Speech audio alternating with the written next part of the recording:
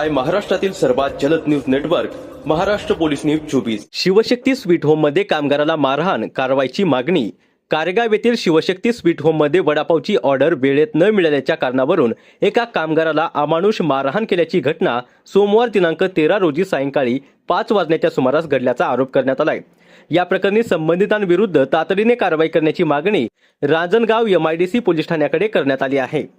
मिळालेल्या माहितीनुसार ईश्वर रंगनाथ नवले हे नाश्त्यासाठी शिवशक्ती स्वीट होम येथे आले होते। वडापावची ऑर्डर वेळेत न मिळाल्याचा राग आल्याने त्यांनी हॉटेलमधील कामगार राजू देवासी याला मारहाण केल्याचा आरोप करण्यात आला आहे। या घटनेमुळे परिसरात काही काळ तणावाचे वातावरण निर्माण झाले।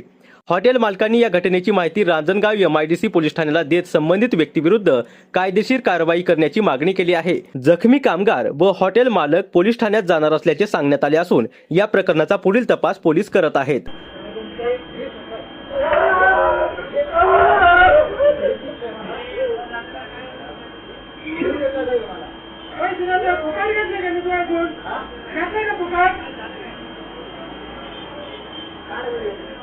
महाराष्ट्र पोलीस न्यूज 24 साठी महाराष्ट्र प्रतिनिधी पंकज सरोदे।